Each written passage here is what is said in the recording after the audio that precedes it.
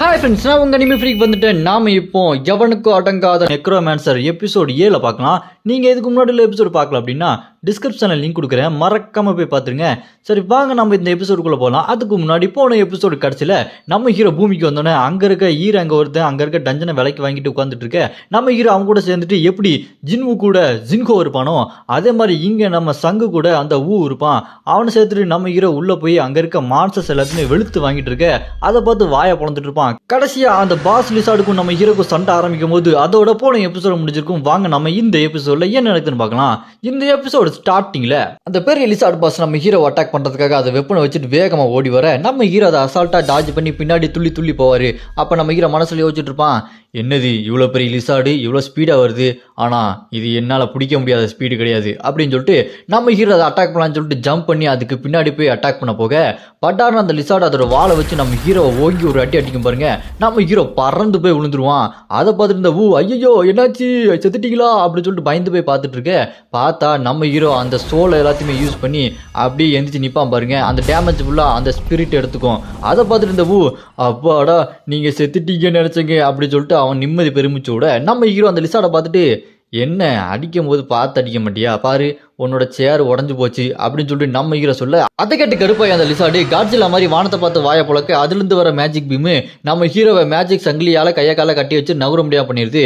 நம்ம ஹீரோ உடனே magic ரெசிஸ்டன்ட்டையும் break துறையும் யூஸ் பண்ணி அதை உடச்சு போட்டு கெத்தா நிற்க இந்த பக்கம் பார்த்தா ஊவால நகர முடியாது. அந்த சங்கிலி கட்டி போட்டு அண்ணா காப்பாத்துங்கண்ணா என்னால் நகர முடியலண்ணா அப்படின்னு சொல்லிட்டு கத்த அதை அந்த லிசார்டு பார்த்துட்டு முதல்ல நான் இவனை கொள்றேன்டா அப்படின்னு சொல்லிட்டு அந்த கொள்றதுக்கு வேகமாக ஓடி போகும் பாருங்க.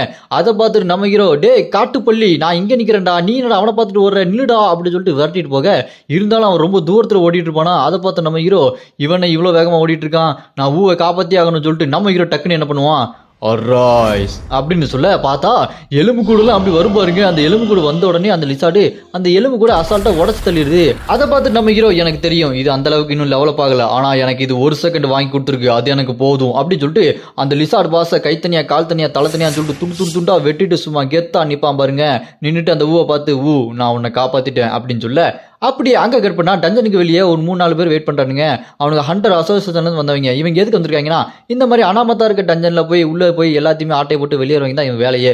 அதனால யாரும் செத்துட்டாங்களா உயிரோடு இருக்காங்களா அப்படின்னு சொல்லிட்டு வெயிட் பண்ணி பார்த்துட்டு இருக்கும்போது அங்கே இருக்கிறவன் இங்கே இவங்க உள்ளே போனவங்க செத்துட்டாங்கன்னா நான் உள்ளே போய் இருக்கிற எல்லாத்தையுமே எடுத்துக்குவேன் அப்படின்னு சொல்லிட்டு ஆசைப்பட்டு இருக்கும்போது உள்ளே இருந்து நம்ம ஹீரோவும் அந்த சும்மா கெத்தாக வருவாங்க பாருங்க. அதை பார்த்துட்டு மிரண்டு போயிடுவான். என்னது இவங்க 2 பேர் மட்டும் போய் அதெல்லாம் முடிச்சு தள்ளிட்டாங்களா அப்படின்னு பார்த்துட்டு இருக்கும்போது கேட்டும் க்ளோஸ் ஆகுமா. அதை பார்த்து இன்னும் கொஞ்சம் மிரண்டு போய் ஓடி போய் சார் நீங்களே முடிச்சிட்டீங்களா சார் நீங்கள் எந்த ரேங்க் சார் அப்படின்னு சொல்லிட்டு நம்ம ஹீரோ பார்த்து கேட்க நம்ம ஹீரோவும் நான் சீராங்கு அப்படின்னு சொல்ல அதை கேட்டாவன் நீங்கள் சீராங்கா இருக்க வாய்ப்பே இல்லைங்க நீங்கள் ஏறாங்க தான் இருக்கணும். சரி விடுங்க நான் ஸ்ட்ரைட்டாக பாயிண்ட்டுக்கு வந்துடுறேன். நீங்கள் அந்த மானாக்கர் எல்லாம் வச்சிருக்கீங்க பார்த்தீங்களா அதை என்கிட்ட கொடுத்துருங்க நான் 1.2 பில்லியன் கொடுக்குறேன் அப்படின்னு சொல்ல அதை கேட்டு நம்ம ஹீரோ இது நல்லா இருக்கே அப்படின்னு சொல்லிட்டு யோசிக்க அப்படியே அங்கே கட் பண்ணா இந்த பக்கம் பார்த்தா ஒரு ஆஃபீஸில் ஒரு பொண்ணு வேலை பார்க்குறா. இவ யார் பார்த்தா இவ தாங்க ஆச்சா பொண்ணு. இதுக்கு முன்னாடி நம்ம ஹீரோ கூட டவர் ஆஃப் ட்ரையல்ஸில் சண்டை போட்டால அவ இங்கே பேப்பர் ஒர்க்லாம் பார்த்துட்டு இருக்கா. அவள் சொல்லிட்டு இருப்பா டவரை விட்டு வெளியே வந்தால் அந்த கில்லில் வேலை ஓவராக இருக்குது அப்படின்னு சொல்லிட்டு யோசிச்சுட்டு இருக்கும்போது டக்குன்னு யார்ட்ட வந்து மெசேஜ் வரும். அந்த மெசேஜ் எடுத்து பார்த்துட்டு இவரா அப்படின்னு சொல்லிட்டு ஆச்சரியத்தில் பார்த்துட்டு இருப்பா பாருங்க. அப்படியே கொஞ்ச நேரத்துக்கு முன்னாடி இந்த கில்டோட ஓனர் இந்த ஆச்சா பொண்ணுகிட்ட டவர் ஆஃப் ட்ரையல்ஸை பற்றி எல்லாத்துக்குமே தெரிய வந்துருச்சு. அதில் விளாண்ட பிளேயர்ஸ் எல்லாத்தையுமே நம்ம கில்டில் ஒரு 10 பேராச்சும் சேர்க்கணும் அப்படின்னு சொல்லிட்டு இவளுக்கு ஆர்டர் கொடுக்க அதை கேட்டு இந்த பொண்ணு இப்போ நான் என்ன பண்ணுவேன் அந்த சங்கு மாதிரி ஒரு பிளேயர் இருந்தானா ரொம்ப நல்லா இருக்குமே அவன் எங்கே போனான்னு தெரியலையே தேடணுமே அப்படின்னு சொல்லிட்டு யோசிச்சுட்டு இருக்கேன். டக்குன்னு பார்த்தா நம்ம ஹீரோ சங்கே இந்த பொண்ணுக்கு மெசேஜ் அனுப்பாப்ல நீ எங்கே இருக்க நான் உன்னை உடனே மீட் பண்ணலாமா அப்படின்னு சொல்லிட்டு கேட்க அதை பார்த்து சாக்காயிருவா. அப்படியே கட் பண்ணா இந்த பக்கம் நம்ம ஹீரோ அந்த மானாக்கர்ஸ் எல்லாத்தையுமே 1.2 பில்லியனுக்கு வித்துட்டு இவ்வளோ காசு என்கிட்ட இருக்கா இதை என்னால் நம்பவே முடியலன்னு சொல்லிட்டு ஒரு காஃபி ஷாப்பில் உட்காந்துக்கிட்டு நான் ஒரு வீடு வாங்கலாம்னு நினைக்கிறேன் அப்படின்னு சொல்லிட்டு நம்ம ஹீரோ யோசிச்சுட்டு இருக்கும்போது அங்கே அந்த ஆச்சா பொண்ணு வந்துருவா. அவள் வந்து நம்ம ஹீரோ கிட்ட வந்துட்டீங்களா ரொம்ப நேரம் வெயிட் பண்ணீங்களா அப்படின்னு சொல்லிட்டு கேட்க அதுக்கு நம்ம ஹீரோவும் அதெல்லாம் ஒன்றும் இல்லை அப்படின்னு சொன்னோன்னே அந்த ஆச்சா பொண்ணு நான் மெசேஜ் பண்ணேன் ஏன் நீங்கள் ரிப்ளை பண்ணலன்னு கேட்டதுக்கு நம்ம ஹீரோவோ அதான் நீ அட்ரஸ் சொல்லிட்டு நான் வந்துட்டேன் அப்படின்னு சொல்ல அதை கேட்டு அந்த ஆச்சா பொண்ணு சரி இப்போ சொல்லுங்க என்ன விஷயம் அப்படின்னு சொல்லிட்டு கேட்டோன்னே நம்ம ஹீரோவோ நான் ஸ்ட்ரைட்டாக விஷயத்துக்கு வந்துடுறேன். இங்கே இருக்க டஞ்சனுக்குள்ளே போய் சண்டை போடணும்னா ஒரு கில்டு வேணும். அதுக்கு நான் உன்னோட கில்டில் வந்து சேர்றேன். ஆனால் அதுக்கு 3 கண்டிஷன் இருக்குது. மொத்த கண்டிஷன் நான் விருப்பப்பட்டதாக வருவேன் இல்லைனா வர மாட்டேன். 2 ரெண்டாவது கண்டிஷன் டவர் ஆஃப் ட்ரேசர் நடக்கிறதுல நீங்க தலையிடக்கூடாது. மூணாவது கண்டிஷன் நான் ஏதாவது ஒரு டஞ்சன் கேட்டேன்னா அதை எனக்கு நீங்க கொடுக்கணும் அப்படின்னு சொல்ல அதை கேட்ட இந்த ஆச்சா பொண்ணு நீங்க கேட்கறத வேற எந்த கில்டு தர மாட்டாங்க, ஆனா நான் என்னோட கில்ட பேசி உங்களுக்கு தர வைக்கிறேன், நீங்க பேசாம எங்களோட ஒயிட் சில்வர் கில்டுக்கு வந்து சேர்ந்துருங்க அப்படின்னு சொல்லிட்டு நம்ம ஹீரோட கையை பிடிச்சி கேட்க, ஆனா ஒரே ஒரு கண்டிஷன் நீங்க சி ரேங்க் டஞ்சனை தனியா முடிச்சிங்கன்னா நீங்க கேட்கறது எல்லாத்தையுமே நாங்க கொடுக்குறோம் அப்படின்னு சொல்ல அதை கேட்டு நம்ம ஹீரோ ஒத்துக்குவோம். கட் பண்ணா நம்ம ஹீரோ ஏதோ தலையில தொங்குற மாதிரி இருக்கும். பார்த்தா நம்ம ஹீரோ பஸ் மேல படுத்துட்டு சும்மா ஸ்டைலா போயிட்டு இருப்பான். பயங்கரமான ஹீரோயிசமா இருக்குது.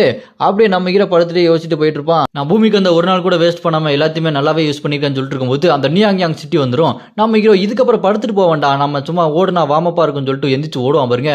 பார்த்தா தரையில ஓட மாட்டாங்க, வானத்திலே ஓடுவான். நம்ம ஹீரோ கிட்ட அந்த விண்ட் பவர் இருக்குது. அப்படி ஓடிட்டு இருக்கும்போது அப்படியே கட் பண்ணா இந்த பக்கம் அந்த ஆச்சா பொண்ணு சி ரேங்க் டஞ்சன் கிட்ட வந்துருவா. அங்க ஹண்டர் அசோசியேஷன் ஆளுங்கெல்லாம் இந்தாங்க இதான் உங்களோட சி ரேங்க் டஞ்சன், இதை வச்சுக்கங்க சொல்லிட்டு இருக்க. அங்க நம்ம ஹீரோ சும்மா செம்ம ஸ்பீடா ஓடி வந்து நிப்பான் பாருங்க. அங்க புயல் காத்து அடிச்ச மாதிரி இருக்கும். எல்லாரும் என்னது இவர் ஓடி வந்து நிக்கிறதே இப்படி இருக்கே அப்படின்னு சொல்லிட்டு அந்த ஆச்சா பொண்ணு சாக்கா பார்த்துட்டு இருப்பா. இங்க சேர்லாம் பறக்குமா, நம்ம ஹீரோ அந்த சேரை பிடிச்சிட்டு நான் கொஞ்சம் வேகமா வந்துட்டேன் போல இருக்குது, அதான் கொஞ்சம் புயல் காத்து அடிச்சிச்சு அப்படின்னு சொல்லிட்டு இருக்க. அதை பார்த்து ஆச்சா பொண்ணு இவர் ஓடி வரதே இவ்வளவு பவரா இருக்கே அப்படின்னு சொல்லிட்டு முடிச்சிட்டு இருப்பா. அப்புறமா நம்ம ஹீரோவும் அந்த ஆச்சா பொண்ணும் சி ரேங்க் டஞ்சனுக்குள்ள போக அங்க நம்ம ஹீரோ அந்த ஆச்சா பொண்ணை பார்த்து உங்களுக்கு ஏதாவது பிரச்சனை வந்தா டக்குன்னு என்ன கூப்பிடுங்க அப்படின்னு சொல்ல அது கிட்ட இந்த ஆச்சா பொண்ணு நீங்க பயப்படாதீங்க, எனக்கு டவர் ஆஃப் ட்ரேஸ்ல ஒரு நெக்லஸ் கிடைச்சது, அது மூலமா என்னால மாயமா மறைய முடியும் அப்படின்னு சொல்ல அதை கேட்டு நம்ம ஹீரோவோ இப்போ எனக்கு ரொம்ப நிம்மதியா இருக்கு, இதுக்கப்புறம் நான் ஃப்ரீயா சண்டை போடலாம்னு சொல்லிட்டு அங்க வேகமா ஓடிட்டு இருப்பான் பாருங்க. அப்ப டக்குன்னு ஒரு இடத்துல நிப்பான். அங்க நின்னுட்டு இதுக்கு முன்னாடி அந்த லிசார்ட் பாஸை கொண்டு அதோட ஸ்பிரிட் எடுத்தனால நம்ம ஹீரோக்கு ஒரு பவர் கிடைச்சிருக்கும். கண்ணுக்கு தெரியாம யாராச்சும் மறைஞ்சிருந்தாங்களா அதை பார்க்க முடியும். அந்த பவரை யூஸ் பண்ண அங்க நிறைய பேர் மறைஞ்சிருப்பாங்க. அதை பார்த்து நம்ம ஹீரோ என்ன இங்க இவ்வளவு பேர் மறைஞ்சிருக்கீங்களா அப்படின்னு சொல்ல பார்த்தா பெரிய பெரிய மான்ஸ்டரா வரும் பாருங்க. அந்த மான்ஸ்டரை பார்த்துட்டு இந்த பக்கம் அந்த ஆச்சா பொண்ணு இந்த சி ரேங்க் டஞ்சனுக்குள்ள எப்படி இதெல்லாம் இருக்கு, இதுக்கு வாய்ப்பே இல்லையே அப்படின்னு சொல்லிட்டு வாயை பழந்து பார்த்துட்டு இருக்கும்போது நம்ம ஹீரோ அந்த மான்ஸ்டர்ஸ் எல்லாத்தையுமே சும்மா அசால்ட்டா போட்டு தருவான் பாருங்க. அதை பார்த்துட்டு அந்த ஆச்சா பொண்ணு இவர் நான் நினைக்கிறத விட ரொம்பவே பவர்ஃபுல்லான ஆள் போலயேன்னு சொல்லிட்டு பார்த்துட்டு இருக்கேன். நம்ம ஹீரோ அந்த ஸ்வாடை வச்சு அந்த மான்ஸ்டர்ஸ் எல்லாத்தையுமே வெட்டி வீசிட்டு இருப்பாரு. அந்த ஸ்வாட்ல இருக்க லைட்டிங் பவரை பார்த்துட்டு நம்ம ஹீரோ இந்த லைட்டிங் பவரை நான் மறந்து போயிடுறேன் அப்படின்னு யோசிச்சுட்டு அங்க இருக்க மான்ஸ்டர்ஸை வெட்டி வீசும்போது டக்குன்னு ஒரு மான்ஸ்டர் நம்ம ஹீரோ அப்படி கடிக்க வர நம்ம ஹீரோ டாஜ் பண்ணிட்டு அந்த மான்ஸ்டரோட வாழை பிடிச்சி தரையில ஓங்கி ஒரு அடி அடிக்க தர சும்மா பேந்துக்கும். அப்புறமா என்ன நம்ம ஹீரோ அந்த மான்ஸ்டர்ஸ் எல்லாத்தையுமே போட்டுனதுக்கப்புறம் ஆச்சா பொண்ணை பார்த்து முடிஞ்சுது நம்ம இப்போ பாஸ் டஞ்சனை பார்த்து போகலாமா அப்படின்னு சொல்லிட்டு அந்த ஆச்சா பொண்ணை கூப்பிட என்ன இவர் அவ்வளோ சீக்கிரம் முடிச்சிட்டாரா அப்படின்னு சொல்லிட்டு ஷாக் ஆகிட்டு அப்புறமா நம்ம ஹீரோ அந்த ஆச்சா பொண்ணு பாஸ் டஞ்சனுக்குள்ளே போவாங்க. உள்ளே போயிட்டே இருக்கும்போது நம்ம ஹீரோ பார்த்துட்டு என்ன உள்ளே எதுவுமே இல்லை அமைதியாக இருக்குது பாஸ் எங்கன்னு சொல்லிட்டு யோசிச்சு போயிட்டு இருக்கும்போது அப்போ டக்குன்னு மேலே இருந்து ஒரு மேஜிக் அட்டாக்கு கீழே இருக்கிற இந்த ஆச்சா பொண்ணை பார்த்து வந்துட்டே இருக்கும் பாருங்க. டக்குன்னு நம்ம ஹீரோ அதை பார்த்துட்டு ஆச்சா பொண்ணை காப்பாற்றி அந்த பக்கம் போனால் அதுதாங்க இந்த டஞ்சனோட பாஸ்.